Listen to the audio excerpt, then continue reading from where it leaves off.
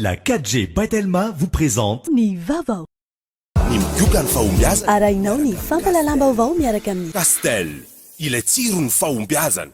Profitez des avantages de l'affichage dynamique avec SmartUp. Arao ny fampalalam-baovao miaraka amin'ny SmartUp. Ça y est! Les bonnes affaires commencent chez Batimax avec le premier déstockage de l'année. Pour tout le mois de mars, avec des milliers d'articles. Arahinao ny fampalalam-baovao miaraka amin'ny Batimax, la qualité au meilleur prix.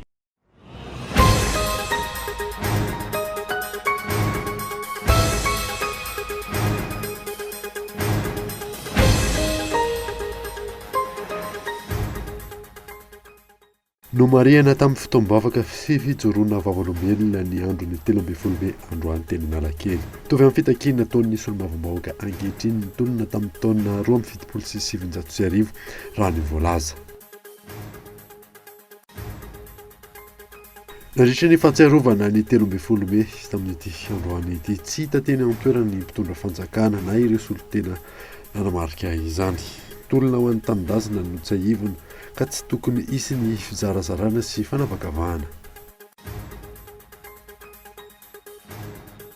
Maresaka iraisam-pirenena nitrangana asa fampirona tsatokantsy taom-pariny Sabotsy alina teo. Olona iray no maty ary 4 hafa naratra mafy tamin'izany. Ny EI no nilaza fa tompon'antoka tamin'izay asa fampirona izay. Dedidindreo arahanao afaka fotoana foy.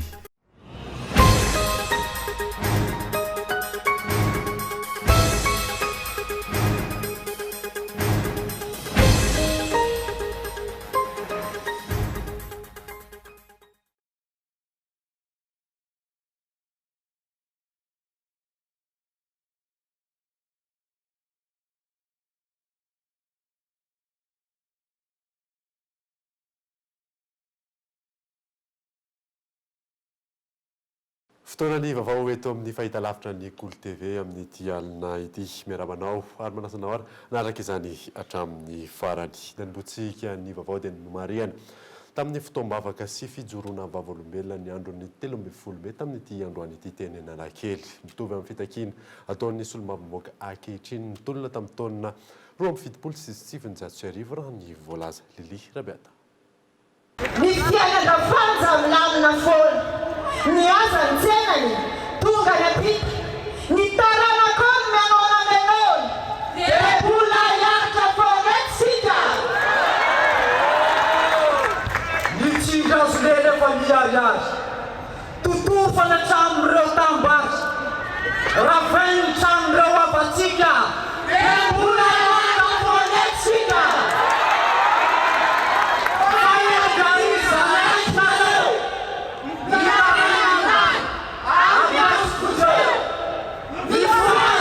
Antsatony kalmy fono fitiavan-tanindrazana mifanaraka amin'ny zava-misy ankehitriny no isan'ny nampiavaka ny tontolo andro androany teny amin'ny kianja ny 13 May. Nantolona ny seho tamin'ny taona 2007 aza no mariana androany, mbola tolom-panafana ihany koa no iainana ankehitriny raha ny voalaza n'ireo solombavam-bahoaka ho an'ny fanovana. Tolom-pahafana no trentsika ankehitriny amin'ny taona 2024. Nanomboka tamin'ny 20 Avril nijoroana zahay solombavam-bahoaka 17 mianadahy. Solombavam-bahoaka no mitarika ny tolona ankehitriny fa tsy toy ny tamin'izany satria tamin'izany tsy nasahy mijoro ny olom-boavidy fa mety mandimandina ka tsy sahala amin'ny olom-boavidy toy ireo voavidy ankehitriny. Fa izahay reto dia nasahy mijoro ary saonana anareo vahoaka satria ny etaetanareo dia nasehonareo tamin'ny fanarahan-dia anireo solombavam-bahoaka anareo izay niatitra ary niaritra ny bala ny mpitandro ny filaminana nalefa n'Andriamantoa niaritra ny grenade sy ny sisa ka nahalatsaka aina matiora teto ihany koa. Tsy emtra amin'ny ady amin'ny kolokolony solombavam-bahoaka ho an'ny fanovana ho iatrany izy ireo. tsy hemitra ihany koa amin'ny fitakiana ny fialan'ny filoham-pirenena ankehitriny. Manenitra ny Madagasikara ny tolom-bahoaka ka sao mihevitra ianareo Tsimirano ao fa hoe eto amin'ny 15 13 mai hono vitsivitsy ny olona ampahafantarina ianareo fa na ny communiqué nataonao andriamatoa Prime Ministre. Tsiro raha iny, tsiro ny fitiavan-tanindrazana ny Malagasy izany. Fa ny any amin'ny faritany dia mitolona daholo ka inona zany Prime Ministre tsy toteny tontony izany na gouvernement tsy toteny tsony izany inona ny mety aminy. Nanao antso tamin'ny tafika ny solombavam-bahoaka ho an'ny fanovana iverina eny anivon'ny vahoaka. Manao antso avokoa izahay ho an'ny tafim-bahoaka. Voalaza n'Andriamatoa Constant Robertson nazoky teo fa natao 1972 eny tsy mba nitafitra na ny gendarme no nitifitra anay fa ny force républicaine de la sécurité.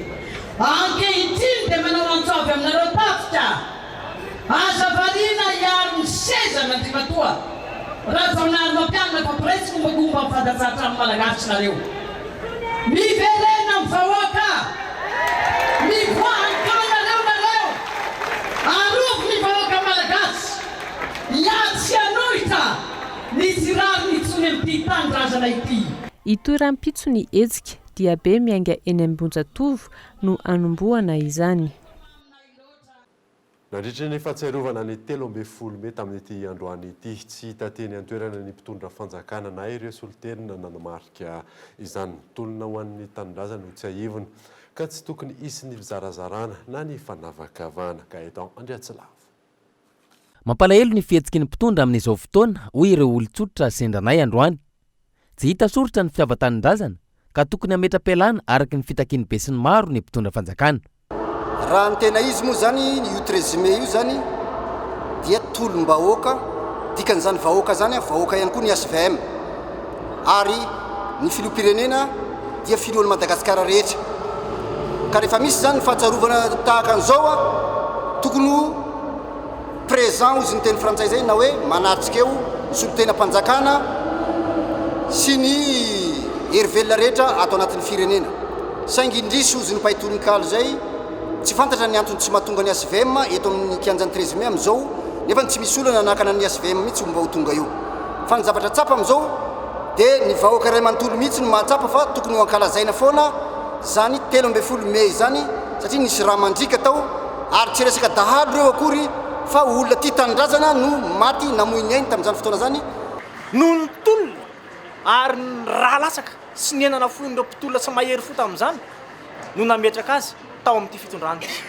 kanefa dia tsy mba nisy kory nanome voninahitra an'izany hoe fahatsiarovana ny tolona ataony mahery fo fanafana malagasy zany mampalahelo zany ka ny antsoantsonay dia hoe raha mba mandre ihany raha mba manana fisainana sy fahendrena ihany izao fitondrana misy zao dia tokony andinika ary amaly zao etaetany vahoaka malagasy izay mitaky ny fanovana indrindrindrindra ijoroan'ireo député 17 mitaky ny fanovana zany makasitraka indrindra to mamay ny fitondram-panjakana dia ahoana ny janonana elo amin'ny seza zay ny azy tsy mijery akory izy hoe fampanina ny ampandrosoana ny vahoaka ary zay olona atao anatin'izay efa-taona zay zay olona magnelingelina anazy dia ny ataony anaro hoany amin'ny asany na enjeny amin'ny fitsarana tsisy afa-tsy zay no ataon'io fanjakana io ny zavatra tena itsika dia hoe amoaka ny ACC manala ny manala ny mpitondra fitondrana zay ny fanantenan'ny vahoaka zay ary zay ny vavahana mafy angatahantsika amin'Andriamanitra hoe ry ACC jereo mitsoka makaizany rivotra marina ve ny fitakiana zay nataon'ny député sy ny vahoaka malagasy eran'ny Madagasikara. Nanamafy izany ireo solombavam-bahoaka ho an'ny fanovana ary nilaza fa tsy tokony hitondra ny tany sy ny firenena intsony ny mpitondra fanjakana amin'izao fotoana izao. Ny fahitanay azy io fitondram-fanjakana zay lasaitsika zao efa tsy izy tsy mankafy an'io satria ho everiny fa io programme atao fankalazana an'io 13 Mai 2017 dia lazay ny fagnatsiam-bahoaka hagnongana azy ka tsy amintsika izy amin'io tsy amintsika izy amin'io nefa fankalazana ro atao eto na ny fihetsika ataony andavanandro na ny fihetsika nataony izay nitondrana izay tsisy tombotso amin'ny vahoaka dikan'izay fitondrana ino ty tsy miheno ny feon'ny vahoaka tsy manaja ny vahoaka tsy mijery ny fiasanan'ny vahoaka io mila mpitondra tia tanindrazana isika mila mpitondra tia ny vahoaka malagasy izy ary mila mpitondra endry miaino mahay miaino ary manome ny teny nomeny ho tanterahany tokotrany ka raha ohatra tsy mahagaga ihany raha ny fitondrana ankehitriny na izy na iza eo amin'ny fitondrana ao ny filoham-pirenena ao ny filohan'ny androm-panjakana ao ny premier ministre lehibe ny gouvernement izay tsy nampiseho akoriny hoe fahatsiarovana amin'ny mpitolona malagasy fahatsiarovana ireo martyr maty teto amin'ny firenena manan-tantara zany satria tao anatin'izany koa ny adiny ireo razambentsika ho an'ny fahaleovantena ka tsy mahagaga hoe satria efa fantatsika nefa tsy tia tanindrazana ry zareo hoe efa fantatsika fa tsy rarahany intsony zany vahoaka malagasy zany efa fantatsika fa tsy rarahany ihany koa ny martyratsika ka noho izany efa eto izahay député 370 izay misolo tena ny malagasy rehetrarehetra misolo tena ny anay zany indrindrandra fa ny vahoaka malagasy dia hitako hoe fa mety zany ary mendrika tokoa ny fankalazana ny andro manatantara toy itony ny zavatra tsapa zany tsika firenena malagasy dia tsy tahaka ny firenena any ivelany ny 13 mai dia tsy natokana ho an'ny mpanohatra tsy zay fa ny 13 mai dia mpianjare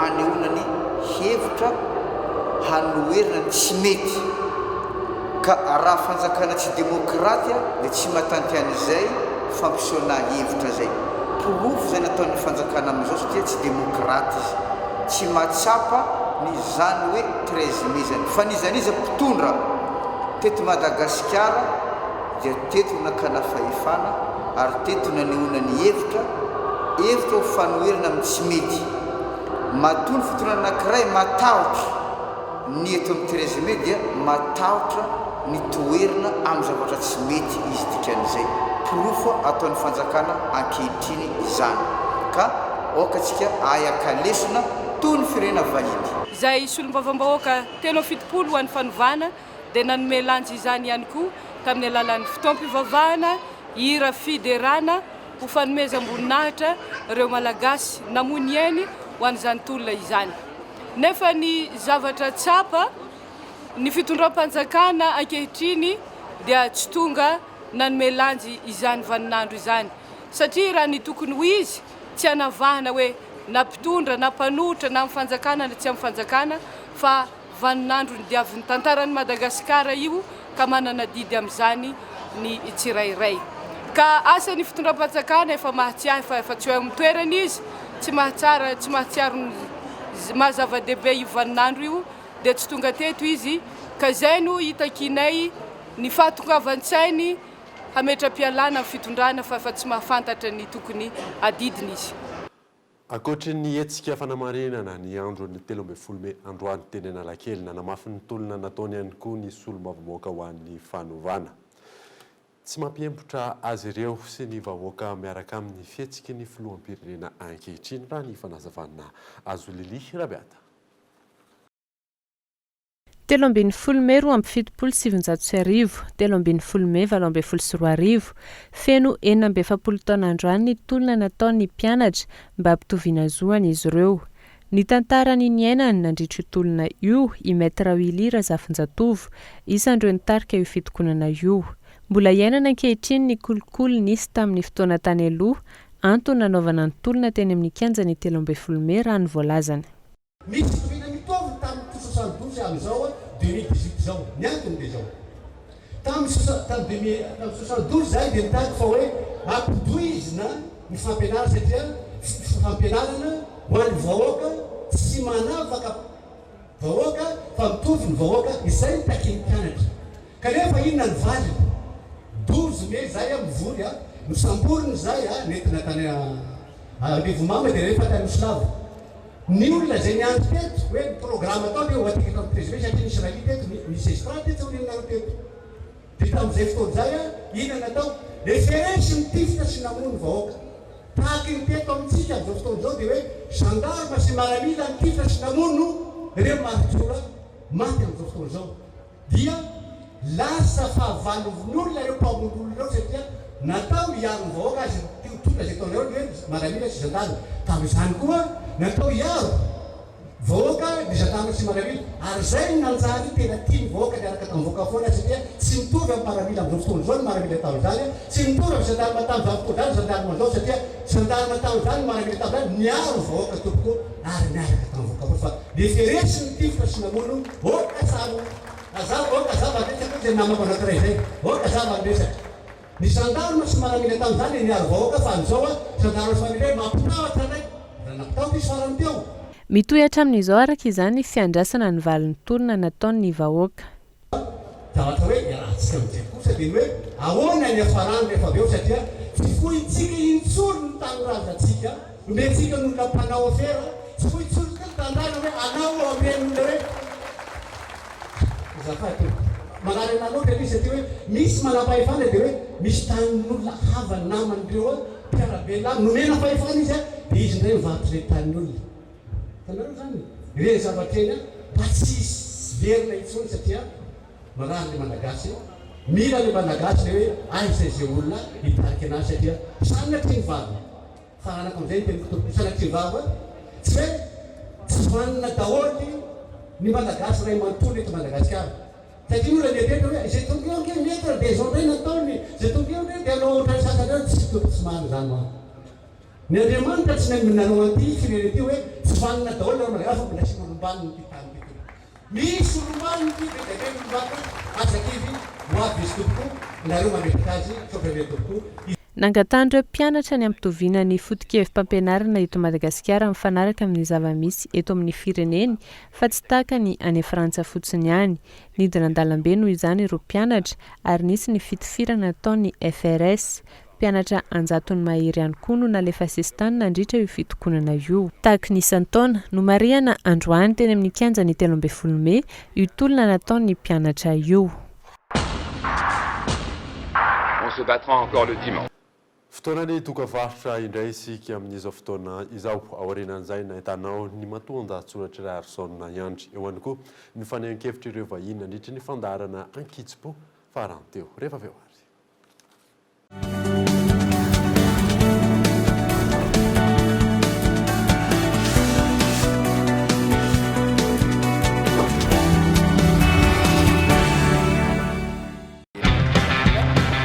Oui, appel vers tous les opérateurs.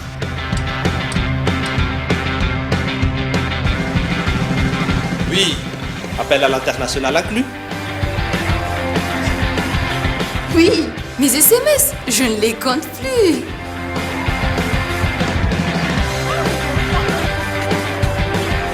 Et oui, l'Internet à la vitesse 4G. 0,5 arrière par seconde vers Faf et Club First. 1 arrière vers Telma et 3 arrière vers les autres opérateurs. Vous aussi soyez First. À partir de 10 000 arrières, First Premium. Et découvrez First Prestige et First Royal pour encore plus d'avantages. Rendez-vous en Telma Shop ou sur FB Telma Madagascar. Telma, Safidko numéro 1 Malagasy.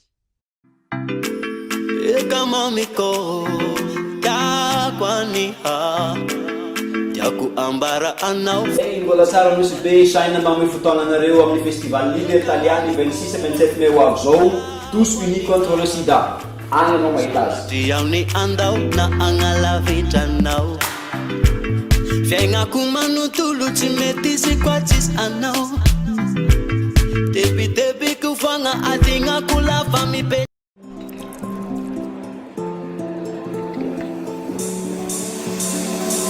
olona mahomby eo amin'ny fiainana dia ireo izay tia milavilefina manoloana ny ady olona mahay mitrandraka ny fahombiazana eo amin'izay sehatra misy azy tsy miaohatra tsy misalasala fa mandray an-tanana no aviny tsy ambaratelon'ireo karazan'olon'ireo ny migioka ny fahombiazana miaraka amin'ny Castel. Castel, ilay tsiro ny fahombiazana. Efa azonao jifaina amin'ny endriny 5 centilitatra.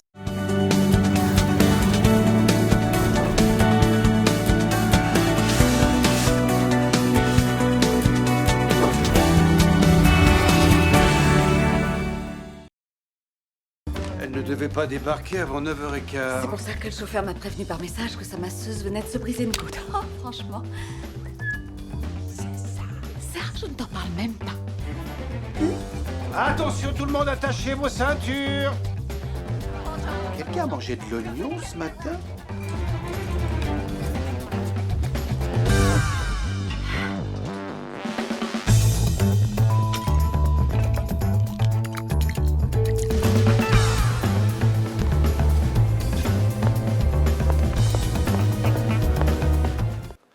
Le diable s'habille en Prada, izay indray ny horonan-tsary ho hitanao eto amin'ny Cool TV any Oalina. Fa ny an'izantsika ny vaovao dia miazakazaka manao fanelanana amin'ny zava-misy misy eto Madagasikara ankehitriny na ny vahiny na ny malagasy, milaza ireo vahiny fa tsy mitsabaka amin'ny raharaha amin'ny samy malagasy nefa ino raha zavatra jerena dia manery tsotro zao ny mpitolona iray latabatra amin'ny mpitondra mpamonolona lao ary ny andinin'izay anatin'ny matonda aritsoratra Andro Raharson. Tonga avokoa izy rehetra. Nisy olo-tenan'ny sekretera jeneraly ny firenena mikambana, ny vondrona Eoropeana, ny vondrona Afrikana ary ny SADC. Amin'izy ireo izay tsy atsapa veliveliny ny aretan'ny malagasy fijaliana lalina nandritra ny efa taona nitondrandra Jaonary Mampianina Hery izay dia ny fitazomana io filoha efa naloham-bahoaka io amin'ny toerana no elan'elam-panahitan'izy ireo andravonana izao tolom-bahoaka izao. Tsy takona fenina toy ny tafika andrefa tanàna fa ny mpitondra naloham-bahoaka no ny antso vonjy tamin'izy ireo na dia eo aza ilay fiteny diplomatika hoe tonga tsy hitsabaka amin'ny rarahanareo samy malagasy ka inona ary no nandehana anaty Madagasikara hitsangatsangana sa izatany. Ny gasy indray toy ny FFM na ny filan-kevitra ho amin'ny fampihavana ny samy malagasy ny efa konkan'ny taona sy ny ela izay noporofony tantara fa tsy nahazona fahombiazana no tadiavina omena sehatra. Dia tsy inona izany fa ny hoe ny fampihaonana ireo ankolafy avy amin'ireo filoha taloha no vahaolana izay midika avy hatrany fa fizaran-tseza tsotra zao tsy hiteraka fitoniana sy vahaolana maharitra velively. Fa inona amin'izy ireo ny vahoaka marobe mitaky ny fialan'ny filoham-pirenena efa mahendrika ny faritany, ny faritra maro, eny hatramin'ny distrika mihitsy aza amin'izao fotoana izao. Ilay fanapahana avy amin'ny fitsarana avy momba ny lalam-panorenana ny amin'ny fampiatonan'ny filoham-pirenena no tsy nanatanterahin'ny andinin'ny fa 720 amin'ny lalam-panorenana mbola tsy hita hoe ahoana. Ny any vahaolana tokana amin'izao raharam-pirenena izao ani efa nambaran'ireto solombavambahoaka ho an'ny fanovana ombenimbeny fa ny fialan'ny filoham-pirenena sy ny gouvernement ahafahana manao fifidiana filoham-pirenena alohan'ny fotoana ihany. Nisy ny raha teo efa nilaza fa na amin'ny volana aogositra ho avy zao aza no tanterahana izany fifidiana izany dia efa vonina ara-pitaovana sy ara-bola izy ireo. Ny sisa ankoatr'izay fitatiavan-tseza sy tombontsoa manokana. Tonga maro namaly ny antso ny solombavambahoaka ho an'ny fanovana omaly ny vahoaka ny Ambositra. Nanisy aza ny fanakanana fihetsiketsehana any amin'ny faritra nizotra ampilaminana tamin'ny akapobean'ny tolona.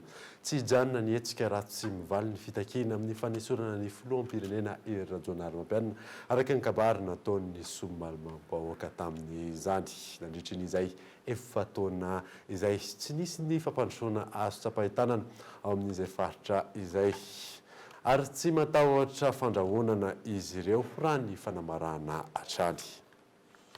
Nanoizatsika ny vaovao kosa indray dia tsy azo ivalozana ny fialan'ny filohan'ny Repoblika ankehitriny ampahana tamin'ny faneho-kevitra tao anatin'ny fandarana Akitsy-Po farany teo izay vanianan'ny mpitsara iraisam-pirenena Arlette Ramarson sy Maître Adja Rakotson mpisolovava ary mpikambana eo amin'ny CST teo aloha Fezora Valy.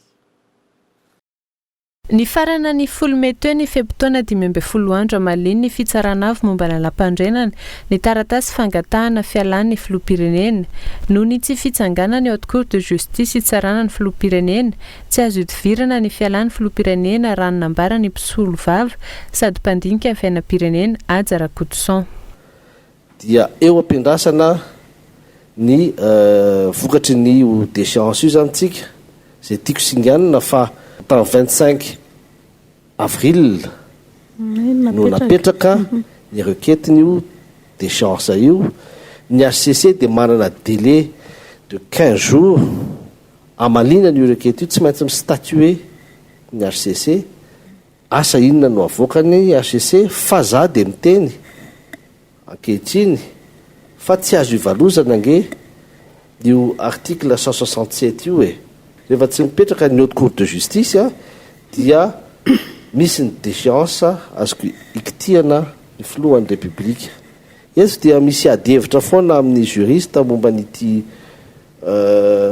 installation de la haute cour de justice ty teto ny tany sy fanjakana hatramin'izao a tsy mbola nisy ny installation ny haute cour de justice tamin'ny fotoana nametrahana ny requety tamin'ny 25 avril zany hoe constaté zany a fa tsy misy ny installation de haute cour de justice tsy maintsy mamoaka didy zany ny HCC raha ohatra ka tsy mitongilana ohatrany tamin'ny 12 juin 2015 namoaka ny décision 24 izy tsy maintsy midéclaré en déchéance ny président de la République ny HCC satria tsy misy ny installation de haute cour de justice.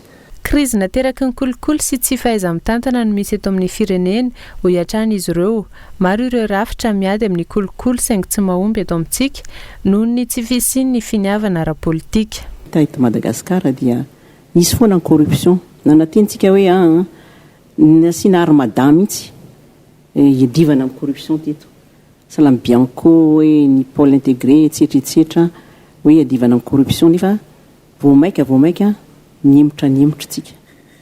Ary amin'izao fotoana izao ny 145e rang ny amoa sur le plan international ny tena hoe tiako resahana eto efa ny 145e rang tsika amin'izao fotoana izao. Ty taona ty 2018 araka voalazan'ny Union africaine, c'est l'année dédiée à la lutte contre la corruption. Nanomboka tamin'ny mois de février izay nivorina tany Addis Abeba ary tany koa filohan'ny République. Et un engagement de c'est le chemin durable vers la transformation de l'Afrique. Corruption ngeny tena mampahatra firenena. Corruption napisy crise. Tsy nisy ty crise ty raha tsy nisy ny corruption, tsy nisy mihitsy. Fa corruption natonga ny crise, corruption mampahatra firenena. Ary io ny tena ady goavana tsy maintsy ataontsika amin'ny firenentsika. Volonté politique iady amin'ny corruption. Volonté politique. Mila fongorina trany amin'ny fakany kolikoly eto amin'ny firenena ary beazina taranaka iady amin'izany. Tokony averina ny an-tsekoly ny fanabeazana olo-pirenena vanina ny ady amin'ny kolikoly ho iatrany izy ireo no ahafahana manarina ny firenena. Maresaka iraisam-pirenena hanaovana fanadadiana ny tramin'ny Prime Ministre Malaisiana teo aloha any Kuala Lumpur. Tsy fisavana nataon'ny polisy tamin'ny trano io raha ny voalazany manam-pahefana any an-toerana. Fanadina. Mitoy ny fanadihadiana atao amin'ny Prime Ministre Malaisiana teo aloha Najib Razak izay voaroiroy tamina raharaha kolikoly. Hojeren'ny polisy Malaisiana ny sary ao amin'ny vidéosurveillance amin'ny trano voalaza fa nipetrahany sy ny fianakaviany. Fitoriana napetraky ny mpitantana roa ao amin'ny sampana tanora ny antokony Mahathir Mohamad, Prime Ministre vaovao no nitarika amin'izao fanadihadiana atao amin'ny trano ny Najib Razak izao. Nisy fiara nitatitra poketra misy 50 sy kojakoja samihafa ho an'ny vadiny Najib Razak nakao amin'ny trano io ny alakamisy teo rano voalaza ary izay no antony nanaovana ny fanadihadiana. Tombana no mitentina $2 ny vidianana ireo poketra ireo. Maresaka iraisam-pirenena izay hatrany dia nitrangana asa famporona tsatokantsy tao Paris ny sabotsy alina teo. Olona iray no maty ary 4 hafa naratra mafy nandritra izany. Ny ihina ny groupe État islamique nolaza fa mitompinantoka tamin'izay asa famporona izay. Fanadina amin'ny San France 24. Asa famporona iray indray no nitranga tao Paris alina teny amin'ny faritra Opéra Garnier boriboritany faharoa any an-toerana. Lehilahy iray no namony sy nandratra olona tamin'ny alalan'ny tsatokantsy. Olona iray no maty tamin'izany ary 4 naratra mafy. Raha nitatitra dia lavon'ny mpitandron'ny filaminana ilay mpampiororo. Raha ny fantatra ihany koa dia Frantsay teraka tany Tchétchénie tamin'ny taona 770 izay navandoza izay ary efa nanaovana fanadihadiana ny ray aman-dreniny. Raha ny fitantaran'ireo nanatry maso kosa indray nanao akanjo mainty ranoray ilay lehilahy ary be volombava be tanteraka. Taorian'io fanafihana io nanao fanambarana ny EI na ny groupe État islamique fa izy ireo ny tomponantoka tamin'izay asa famporona izay. Dia iny maresaka iraisam-pirenena iny manakatona ny fampalalama-baovao tamin'ity alina ity. Ankasitrahana ianao nanaraka izany. Soava tsara daholo tompoko.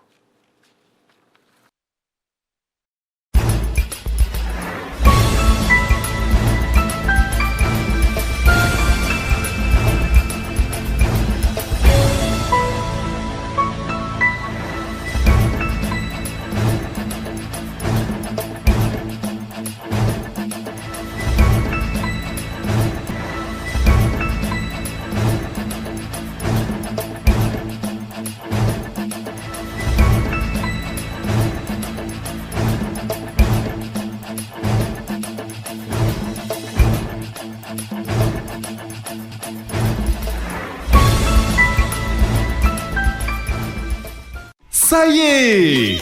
Les bonnes affaires commencent chez Batimax avec le premier déstockage de l'année.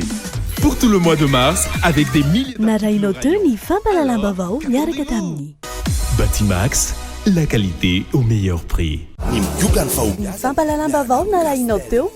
Castel, il est tirun fahombiazana. Profitez des avantages de l'affichage dynamique avec SmartUp.